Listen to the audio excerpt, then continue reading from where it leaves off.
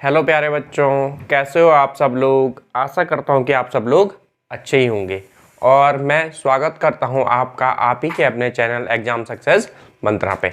तो प्यारे बच्चों, कल हमारा एक्सरसाइज 3.1 पूरी हो चुकी थी। आज हम करेंगे एक्सरसाइज 3.2 का क्वेश्चन नंबर 1। क्वेश्चन नंबर 1 का भी हम कौन सा करेंगे, आज पहला पार्ट करेंगे। तो देखिए प्यारे बच्चों, मैं क्वेश्चन आपके लिए लिख के लाया हूँ। तो सबसे पहले हम क्वेश्चन की स्टेटमेंट पढ़ते हैं, क्वेश्चन क्या कह रहा है और क्या करना है। उसके बाद मैं आपको बताऊंगा किस तरीके से क्वेश्चन सॉल्व करना है। तो चलिए देखिए क्या कह रहा है। कक्षा 10 के 10 विद्यार्थियों ने एक गणित की पहेली प्रतियोगिता में भाग लिया। यदि लड़कियों की संख्या लड़कों की संख्या से 4 अधिक हो तो प्रतियोगिता में भाग लेने वाले लड़के और लड़कियों की संख्या ज्ञात करिए। और एक ज्ञात कौन सी विधि द्वारा करना है, ग्राफीय विधि द्वारा करना है। ठीक है, तो क्वेश्चन आपकी समझ में आया होगा। अब देखिए इस तरीके के क्वेश्चन को सॉल्व करने के लिए आपने सबसे पहले क्या करना है, आपने सबसे पहले यहां से दो इक्वेशंस बनानी है। आप क्या करोगे, सबसे पहले यहां से दो इक्वेशन बनाओगे। दो इक्वेशन बनाने के लिए आपको सबसे पहले दो वेरिएबल पता होने चाहिए, यानी दो चरपद पता होने चाहिए, है ना। वो चरपद कौन से होंगे, अभी हम क्वेश्चन पढ़ के देखते हैं। जब आप दो इक्वेशन बना लोगे, दो इक्वेशन बनाने के बाद आप क्या करोगे, वहां से x और y की दो वैल्यूज निकालोगे। पहली इक्वेशन से आप x और y की दो वैल्यूज निकालोगे, इसी तरीके से आप इक्वेशन नंबर 2 से x और y की दो वैल्यू निकालोगे। जब वो दो वैल्यू आपके पास आएगी, आप उसका ग्राफ में बनाओगे। ग्राफ में बनाओगे तो जहां पर वो दोनों की दोनों लाइनें कट करेंगी, वही क्या होगा, आपका सॉल्यूशन होगा। मैं आपको एक्सरसाइज 3.1 में करवा चुका हूं, तो आप एक बार ट्राई कीजिए और ट्राई करने के बाद देखिए आपका आंसर कितना सही आता है। अगर सही आता है तो बहुत अच्छी बात है, नहीं आता है तो आप देखिए आपने कहां पर गलती की है। तो चलिए प्यारे बच्चों, मैं क्वेश्चन शुरू कर रहा हूं। देखिए क्या कह रहा है आपके लिए।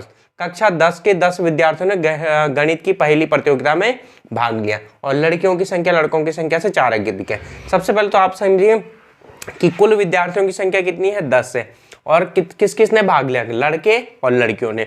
तो यहाँ पर हम सबसे पहले क्या करेंगे, माना लड़कों की संख्या कुछ मान लेंगे। माना लड़कों की संख्या हमने x मानी और इसी तरीके से हम लड़कियों की संख्या कितनी मान लेते हैं, y मान लेते हो। तो सबसे पहला स्टेप हमारा यही होगा कि जो हमारे पास निकालना होगा हम उसको क्या कर लेंगे, अज्यूम कर लेंगे। ठीक है, तो चलिए प्यारे बच्चों शुरू करते हैं। माना हमने क्या माना, माना लड़कियों की संख्या x। ठीक है, माना लड़कियों की संख्या x, लड़कियों की संख्या कितनी मानी हमने, x मानी। तो लड़कियों की संख्या हो गया आपके पास x और लड़कों की संख्या मानी हमने y और लड़कों की संख्या हमने कितनी मानी, y। लड़कों की संख्या हो गया आपके पास y। अब देखिए आपके पास यानी लड़के और लड़कियों की कुल संख्या कितनी है, 10 है। तो यानी x प्लस y कितना हो जाएगा आपके पास, 10 हो जाएगा। ठीक है, तो यहां से आपकी समीकरण नंबर 1 बन गई। यानी यहां से हम क्या कह सकते हैं, x प्लस y बराबर कितना हो जाएगा आपके पास, 10। समीकरण नंबर 1। अच्छा, अगर कुछ बच्चे समझ नहीं पाए तो इस तरीके से समझिए। जैसे आपकी कक्षा है, आपकी कक्षा में 20 लड़के हैं और 22 लड़कियां हैं, तो कुल कितने हो जाएंगे आपकी कक्षा में छात्रों की संख्या कुल कितनी हो जाएगी, 20 प्लस 22। तो उसी तरीके से जो इस पहेली प्रतियोगिता में भाग लेने वाले लड़के और लड़कियों की कुल संख्या थी कितनी है, 10 है। तो यानी लड़कियों की संख्या यानी x और लड़कों की संख्या y, यानी x प्लस y बराबर कितना हो जाएगा आपके पास, 10 हो जाएगा। तो इस तरीके से आपकी क्या बन गई, इक्वेशन नंबर 1 बन गई है। अब हम चलते हैं जो दूसरी शर्त है ना, शर्तानुसार क्या कहा उसने, शर्तानुसार क्या बात है। अब देखिए यहां पर पढ़ते हैं हम, शर्तानुसार क्या बोला उसने, लड़कियों की संख्या लड़कों की संख्या से क्या है, 4 अधिक है। लड़कियों की संख्या लड़कों की संख्या से क्या है, 4 अधिक है। तो यानी लड़कियों की संख्या कितनी है, x और लड़कों की संख्या कितनी है, y। तो जो लड़कियों की संख्या है लड़कों की संख्या से कितनी है, 4 अधिक है। यानी x बराबर कितना हो जाएगा आपके पास, y प्लस 4। ये बात आपकी समझ में आई होगी, नहीं आई तो एक बार मैं फिर से दोहरा रहा हूं। देखिए उसने क्या कहा, शर्तानुसार लड़कियों की संख्या लड़कों की संख्या से क्या है, 4 अधिक है। तो देखिए हमने लड़कियों की संख्या कितनी मानी, x मानी। लड़कियों की संख्या हमने कितनी मानी, x मानी। तो इसको हम क्या लिख सकते हैं, लड़कों की संख्या कितनी है, y है। इससे कितनी है, 4 अधिक है। कितनी है, इससे 4 अधिक है। तो ये हो गया आपके पास। या आप इसको आप जब सॉल्व करोगे तो आप क्या करिए, चर पद को एक तरफ लाइए, अचर पद को एक तरफ लाइए, यानी आप जो आपके पास वेरिएबल है यानी x और y उसको एक तरफ रखिए और जो आपके पास कांस्टेंट है उसको दूसरी तरफ रखिए। तो जब आप इसको सॉल्व करोगे, फर्दर सॉल्व करोगे तो आपके पास कितना हो जाएगा, ये x ये इस तरफ आएगा तो माइनस वाई बराबर कितना हो जाएगा 4। तो ये बन जाएगी आपकी इक्वेशन नंबर 2। ये क्या बन चुकी है आपकी इक्वेशन नंबर 2। अब आपको आपकी इक्वेशन 1 और इक्वेशन 2 मिल चुकी है। जब आपको आपकी इक्वेशन 1 और 2 मिल जाती है तो उसके बाद हम क्या करते हैं प्यारे बच्चों, हम इक्वेशन 1 और इक्वेशन 2 से x और y की वैल्यूज निकालते हैं। तो चलिए आप करके देखते हैं। तो समीकरण 1 से अब समीकरण 1 से हम क्या करेंगे, x और y की दो वैल्यूज निकाल के देखते हैं। तो चलिए ये हो गया हमारे पास। देखिए प्यारे बच्चों, इस तरीके से हम यहाँ पे x और y की क्या कर लेंगे, कुछ वैल्यूज निकालेंगे और मेनली हम दो वैल्यूज निकालते हैं। तो ये हो जाएगा हमारे पास x और y। Equation number first they, equation number first कितने हमारे पास, x प्लस वाई बराबर 10। तो मैंने आपको क्या किया, आप हमेशा ये कोशिश करिए x और y की वैल्यू हमेशा इंटीजर में आई, और आप एक बार ये कोशिश करिए कि x की वैल्यू 0 रखिए और एक बार क्या करिए आप y की वैल्यू 0 रखिए।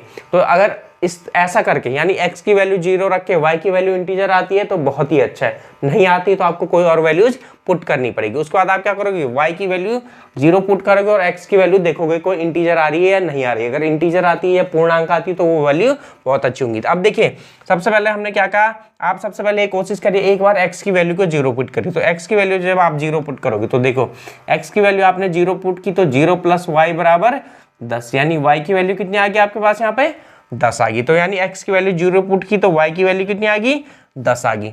अब उसके बाद मैंने आपको क्या कहा, आप ये कोशिश करिए उसके बाद आप y की वैल्यू 0 पुट करिए। एक बार x की वैल्यू 0, एक बार y की वैल्यू 0। अब जब आप यहाँ पर दूसरी बार y की वैल्यू 0 रखोगे तो x की वैल्यू कितनी आ जाएगी 10 आ जाएगी। आप यहाँ पे वैल्यू पुट करके देख लिए, x प्लस y की वैल्यू कितनी पुट की हमने 0 बराबर कितना आपके पास 10। तो यानी x की वैल्यू कितनी आ गई आपके पास 10 आ गई। x की वैल्यू कितनी आ गई आपके पास 10।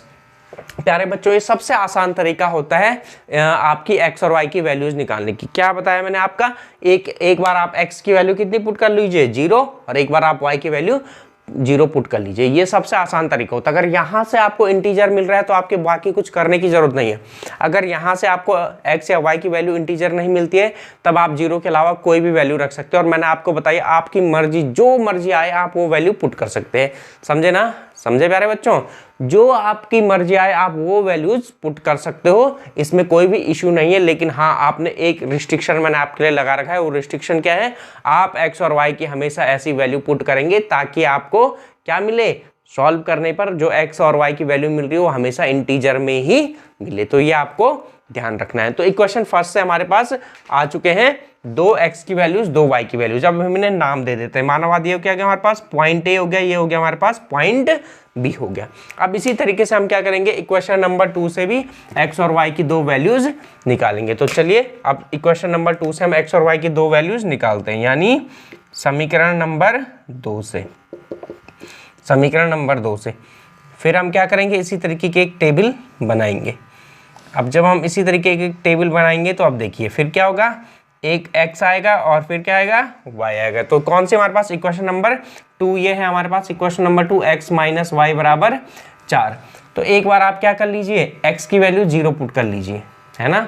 एक बार आप क्या कर लीजिए, x की वैल्यू 0 पुट कर लीजिए। देखिए जब आप x की वैल्यू 0 पुट करेंगे तो ये कितना आ जाएगा आपके पास, y की वैल्यू कितनी आ जाएगा आपके पास -4, यानी जो y की वैल्यू आएगी कितनी आएगी आपके पास -4। आप चाहो तो ये भी रख सकते हो, आप ना चाहो तो आप कुछ और वैल्यू रख सकते हो। आप x की ऐसी वैल्यू रख सकते हो ताकि आपकी y की वैल्यू क्या आ जाए, पॉजिटिव आ जाए, है ना। तो वो भी ले सकते हो आप, ठीक है, जो आपको अच्छा लगे, ठीक है। तो चलो कुछ बच्चे कहते हैं -4, तो इस बार -4 ही ले लेते हैं। तो x की वैल्यू y की वैल्यू कितनी आ गई हमारे पास -4। अब मैंने इसके बाद आपको क्या बताया, सबसे आसान तरीका यही होता है आपके पास। अब आप दूसरी बार क्या कर लो, y की वैल्यू 0 पुट कर लो। तो जब आप y की वैल्यू 0 पुट करोगे तो देखिए x माइनस 0 बराबर 4।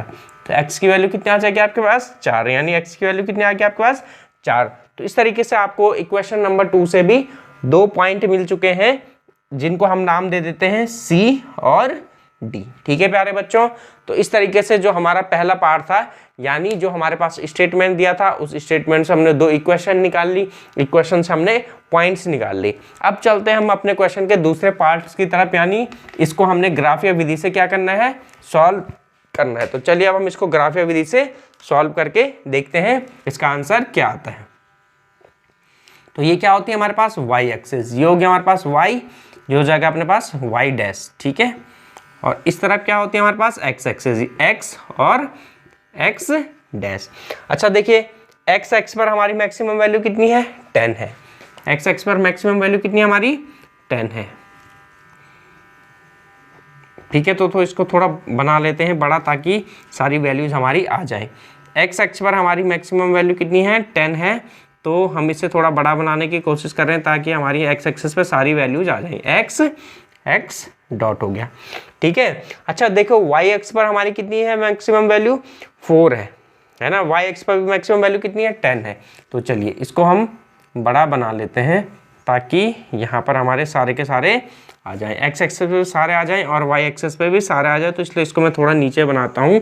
ये हो गया प्यारे बच्चों आपका, क्या हो गया, ये हो गया हमारे पास x एक्सिस, x डॉट, और ये हो जाएगा हमारे पास क्या, y एक्सिस हो जाएगा। ये आ गया आपके पास y एक्सिस आ गया। ठीक है, ये ऊपर हो जाएगा आपके पास y, नीचे हो जाएगा आपके पास y डैश। चलिए अब हम वैल्यूज पुट करते हैं। x एक्स पर मैक्सिमम 10 है, तो देखिए 1 2 3 4 5 6 7 8 9 और 10।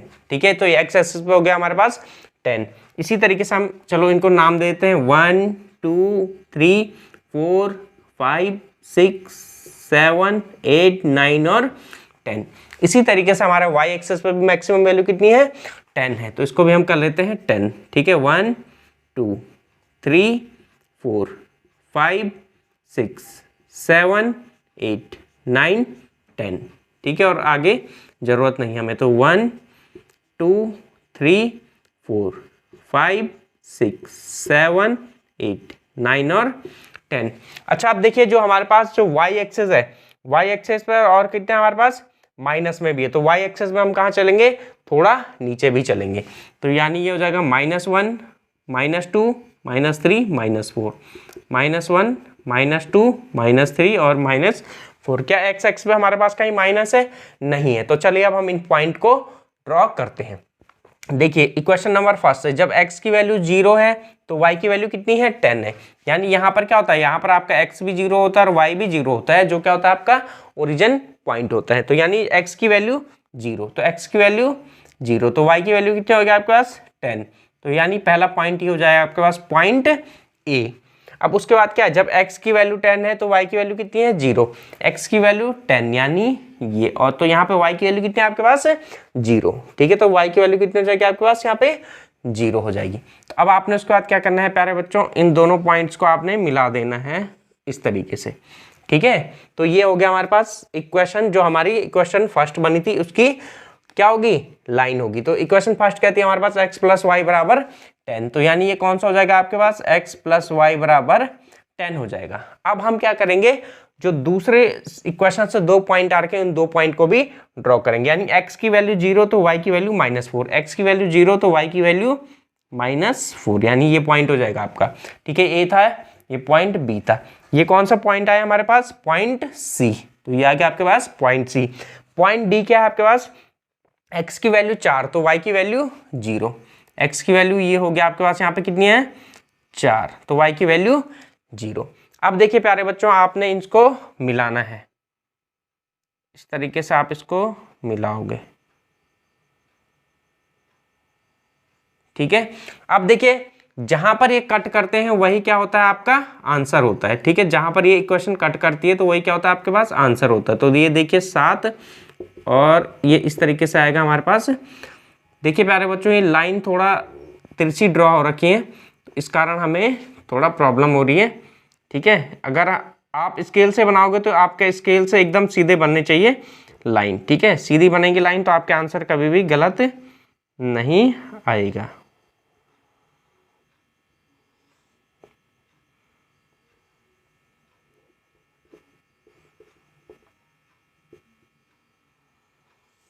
ठीक है, तो ये हो गया आपके।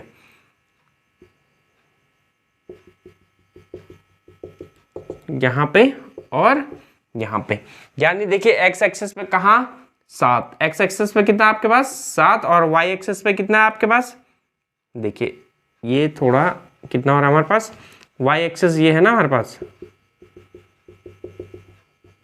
ये देखिए यहाँ पर कट कर रहा है। ठीक है प्यारे बच्चों, आपने ये लाइन हमेशा सीधी खींचनी है। ठीक है, तो ये हो गया आपके पास एक्स एक्सेस, तो यानी यहाँ पर ये कट कर रहे थे, यहाँ पर कट कर रहा था, तो एक्स एक्सेस पे कितना काटा इसने, कहाँ पर, अब आप उसको मिला के देखोगे इस तरीके से, एक्स एक्सेस पे कहाँ पर आ गया आपका ये 7 पे, और वाई एक्सेस पे कहाँ पर आ रहा आपका 3 पे, यानी एक्स यानी लड़कियों की संख्या कितनी हो जाएगी आपके पास 7, क्योंकि एक्स एक्सेस पे हमने क्या माना था एक्स, यानी लड़कियों की संख्या यानी एक्स, तो एक्स लड़कियों की संख्या कितनी आएगी आपके यहाँ से इसका आंसर हो जाएगा जो एक्स बराबर आ गया 7, यानी एक्स क्या थे हमारे पास लड़कियों की संख्या, तो लड़कियों की संख्या कितनी हो जाएगी आपके पास, लड़कियों की संख्या हो जाएगी आपके पास कितनी हो जाएगी प्यारे बच्चों 7, और y क्या था लड़कों की संख्या, यानी y एक्सेस पे क्या है लड़कों की संख्या, तो लड़कों की संख्या कितनी आएगी आपके पास, लड़कों की संख्या कहाँ पर आया था जब हमने इसको मिला के देखा, तो कहाँ पर आया है आपके 3 पर आया, और आपको यहाँ से दिखाई दे रहा है कि जो लड़कियों की संख्या है वो लड़कों की संख्या से कितनी अधिक है, 4 अधिक है। तो इस तरीके से जो हमारा जो क्वेश्चन का आंसर आया वो बिल्कुल सही आया। ठीक है तो प्यारे बच्चों, इस तरीके से बनानी, देखिए जब आप ग्राफ बनाओगे ना तो आपके पास स्केल है, आप स्केल से बनाइए, है ना। यहाँ पर हल्की फुल्की लाइन थोड़ा तिरछी मिर्ची भी हो रखी है, तो इसलिए ग्राफ पहली बार में एकदम एक्यूरेट नहीं बना, दूसरी बार मैंने थोड़ा लाइनें सही बनाने की कोशिश की, तो देखिए आपका ग्राफ एकदम एक्यूरेट बन चुका है। तो जब भी आप ग्राफ बनाएं तो ग्राफ बनाने के लिए आप हमेशा बारीक पेंसिल और फिट्टे का स्केल का इस्तेमाल कीजिए, ताकि आपका आंसर बिल्कुल सही आए। तो इस तरीके से जो हमारा पहला क्वेश्चन नंबर 1 का पार्ट 1 था वो प्यारे बच्चों हमने हो गया। उसको हमने किस मेथड से सॉल्व करना था, ग्राफिया मेथड से सॉल्व करना था। ठीक है प्यारे बच्चों, आज यहीं तक रखते हैं, कल करेंगे हम एक्सरसाइज 3.12 का क्वेश्चन नंबर 1 का पार्ट 2 करेंगे। ठीक है प्यारे बच्चों, अगर आपको हमारे चैनल में कुछ भी अच्छा लगता है तो आप अपने साथियों को भी बता सकते हैं कि आप हमारे चैनल एग्जाम सक्सेस मंत्रा से मैथ पढ़ सकते हैं। और साथ ही साथ अगर आपका कोई भी डाउट हो या आपको कोई भी परेशानी हो या आपको हमारे चैनल में कुछ कमी लगती हो हमारे पढ़ाने में, तो आप वो चीज़ भी हमसे शेयर कर सकते हैं, हम उन सारी चीज़ों में सुधार करने का प्रयास करेंगे।